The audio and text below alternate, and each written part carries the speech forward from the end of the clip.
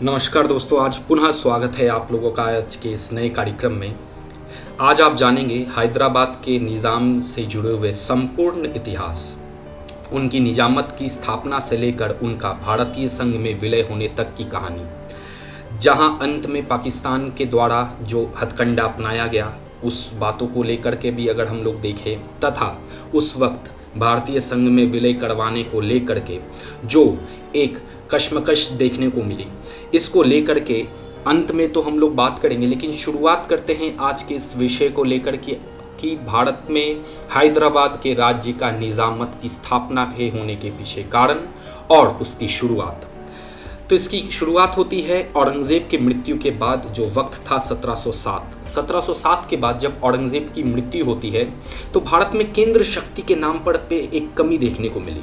और इसी के साथ साथ मुगल के जो जितने भी प्रांत थे वहाँ पे अलग अलग क्षेत्रों में अपनी वर्चस्वता कायम करने के लिए एक होड़ मची हुई थी। उसी तरीके से देखें तो अवध के क्षेत्र में भी, बंगाल में और तथा दक्कन में भी।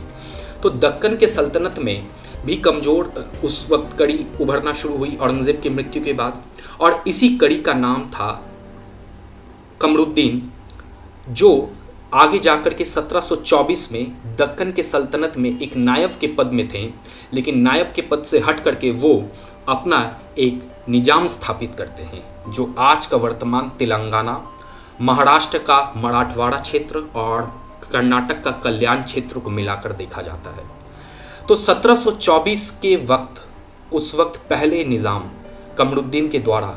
अपने निज़ामत की स्थापना करवाई गई, और इसके साथ ही साथ अगले आने वाले कुल उनके 9 पीढ़ी, मतलब 9 निज़ाम शासक बन करके अपने क्षेत्र में राज करेंगे। यहाँ से इस कहानी का तो आधार रख दिया गया। लेकिन आगे इसकी कहानी की बागडोर देखी जाती है तब जब ईस्ट इंडिया कंपनी भारत में आते हैं। लेकिन इसके बीच में एक महत्वपूर्ण कड़ी और है। जब निज़ामत की स्थापना हुई तो कमरुद्दीन के द्वारा शासन के कुछ वक्त के बाद ही मराठाओं का शक्ति दक्कन के क्षेत्र में वर्चस्व में आया, और इस वर्चस्वता के कारण कुछ वर्ष तक जो हैदराबाद राज्य का जो शक्ति है वो कुछ समय के लिए अंत हुआ, और मराठा संघ के साथ वो अपने आप को विलय करके अपने अस्तित्व को बना कर रखे। लेकिन कुछ ही वक्त के बाद जब ईस्ट इंडिया कंपनी ने आगे जा कर के अपने वर्चस्वता को दक्षिण भारत में कायम की, बम्बई के क्षेत्र में, मद्रास के क्षेत्र में, तो उसका एक निशाना हैदराबाद के निज़ाम के ऊपर भी था। तो हैदराबाद के निज़ाम के ऊपर भी शर्तों कानून के आधार पे उनको अपने क्षेत्र में कंपनी के द्वारा शामिल करवाया गया। तो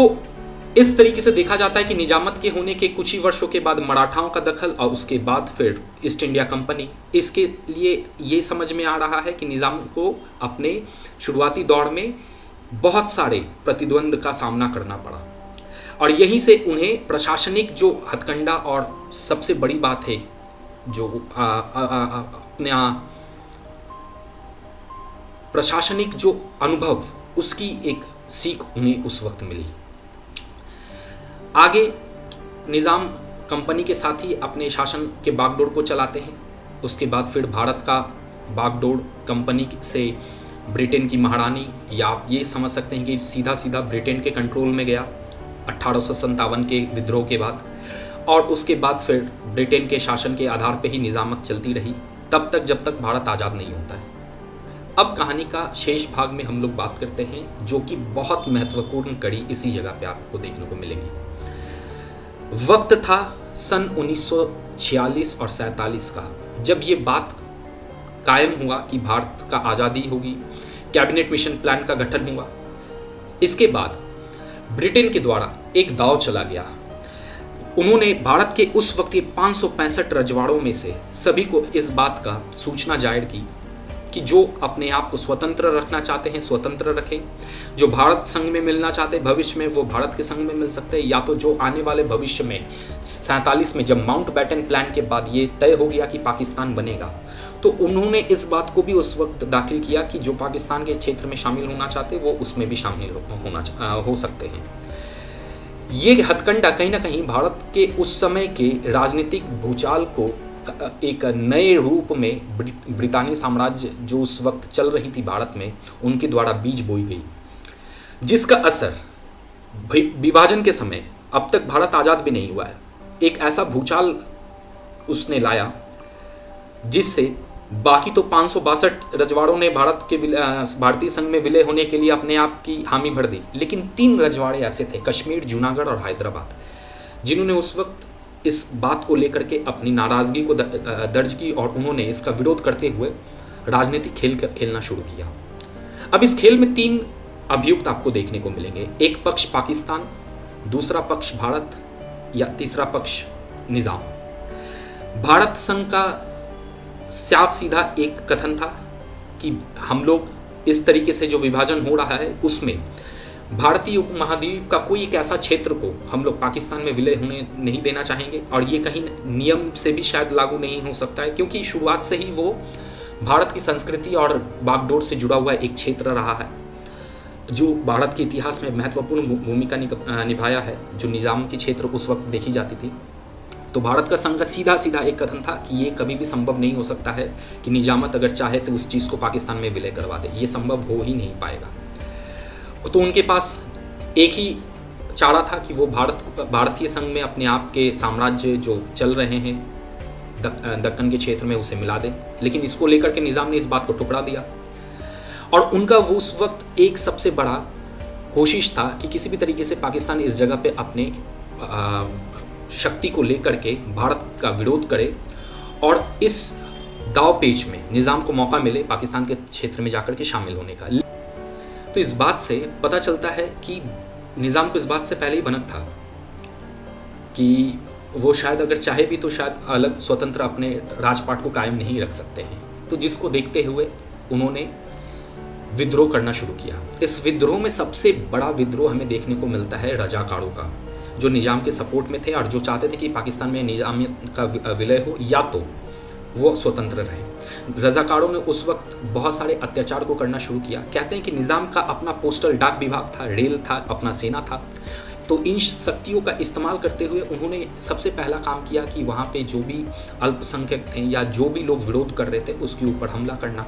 अत्याचार करना। तो इसको देखते हुए भारत उस वक्त के जो कांग्रेस के लीडर और उस समय के तत्कालीन जो नेतृत्व लीड कर रहे थे सरदार पटेल, नेहरू, इनके लिए सबसे बड़ा चुनौती ये था कि इस विद्रोह को भी रोकना है और साथ ही साथ इस जो फसाद जो बन रहा है आने वाले किसी और रजवाड़ों में ये ना फैल जाए बात बगावत की, उससे पहले इस चीज़ को दबाना है। तो इसको लेकर के भी उन्होंने अपने प्रक्रिया को शुरू किया। लेकिन इन्हीं दावपेच में निज़ाम ने क्या किया, पाकिस्तान के गवर्नर जनरल उस वक्त के मोहम्मद अली जिन्ना के सामने इस प्रस्ताव को रखा कि अगर वो चाहें तो अपने निज़ामत को पाकिस्तान में मिला सकते हैं और इसको लेकर के वो भारत में हमला करें। तो इस चीज़ को देखते हुए जिन्ना की तरफ से इस बात को नकार दिया गया। लेकिन उस वक्त के पाकिस्तान के तत्कालीन प्रधानमंत्री जो लियाकत अली खान थे, उन्होंने इस बात को लेकर के अपने सेना के अध्यक्ष और सेना के जितने भी अफसरान थे उनसे इस बात का राय मशवरा लिया कि क्या ये संभव हो सकता है कि निजामत की बातों को सब अगर माना जाए तो भारत में हमला करना मुमकिन है। उस वक्त जब जम्मू कश्मीर के विलय को लेकर भी चिंता चल रही थी, तो उस समय ये एक बात था कि अगर पाकिस्तान अगर हमला करता है अगर दिल्ली और बम्बई के क्षेत्र में, तो ये हो सकता है कि वो हमला तो कर सकता है एयरफोर्स के द्वारा, लेकिन शायद उनके पास जो 4 से 5 एयरफोर्स के जो प्लेन थे वो शायद उस हमले में अपने भूमिका को अदा करने के बाद शायद वो वापस नहीं जा सकते अपने सीमा क्षेत्र में, और तब तक भारतीय सेना के द्वारा एयरफोर्स के द्वारा जवाबी कार्रवाई में उसे मार गिराया जा सकता है। इसको देखते हुए पाकिस्तान ने पीछे हट गए निजाम के प्रस्ताव को लेकर, और फिर भारत में इसको लेकर के ऑपरेशन पोलो की शुरुआत हुई। ये ऑपरेशन पोलो के नाम से इसलिए जाना जाता है क्योंकि उस वक्त विश्व का सबसे बड़ा 17 पोलो का मैदान इसी हैदराबाद के निजाम में मौजूद था। तो ऑपरेशन पोलो की शुरुआत में सबसे मुख्य कारण ये था कि किसी भी तरीके से निजामत के उस अत्याचार को कम किया जाए, खत्म किया जाए, और उसी के साथ साथ इस फसाद को अंत करते हुए भारतीय संघ में पूरे हैदराबाद राज्य को विलय करवाया गया। तो इसको देखते हुए भारतीय सेना ने अपनी रणनीति को तय की। रणनीति को तय करने के बाद दिल्ली से आदेश हुआ। इस आदेश के आधार पे भारतीय सेना की एक टुकड़ी उस वक्त के जो तत्कालीन जो सेनाध्यक्ष थे रॉबर्ट बूशर, उनके द्वारा नेतृत्व लीड करके उसे भेजा गया, और उसके बाद फिर हैदराबाद के राज्य को भारत में विलय करवाया गया, जिसका श्रेय उस वक्त के तत्कालीन नेतृत्व और सरदार पटेल के कंधों पर दिया जाता है, क्योंकि निज़ाम अंत तक नेहरू और अन्य उस वक्त के जो भारत के टॉप लीडर थे उनसे इस बात को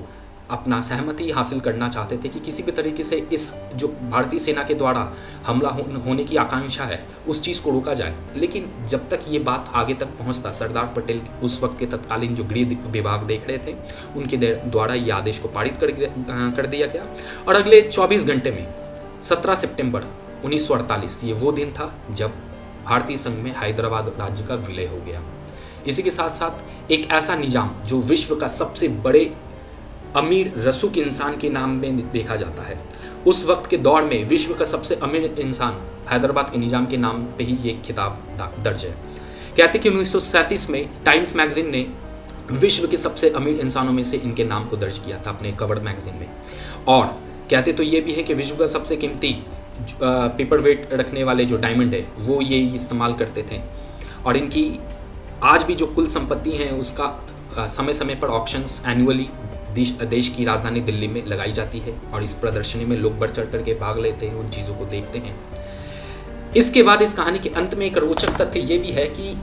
भारतीय संघ में विलय होने के बाद निजामत खत्म हुई। निजाम के फिर जो अंतिम जो निजाम थे मीर उस्मान अली खान, उनका 1966 में उनका मृत्यु हुआ। लेकिन उनके मृत्यु के बाद भारतीय संघ के विलय के बाद 70 साल तक एक मुकदमा जो अंतर्राष्ट्रीय न्यायालय में चलता रहा वो ये था कि निज़ाम के मृत्यु के बाद निज़ाम ने मृत्यु से पहले कुछ अमाउंट धनराशि जो अरबों डॉलर्स में थी उस वक्त आज़ादी के दौरान 1948 में ब्रिटेन के द्वारा एक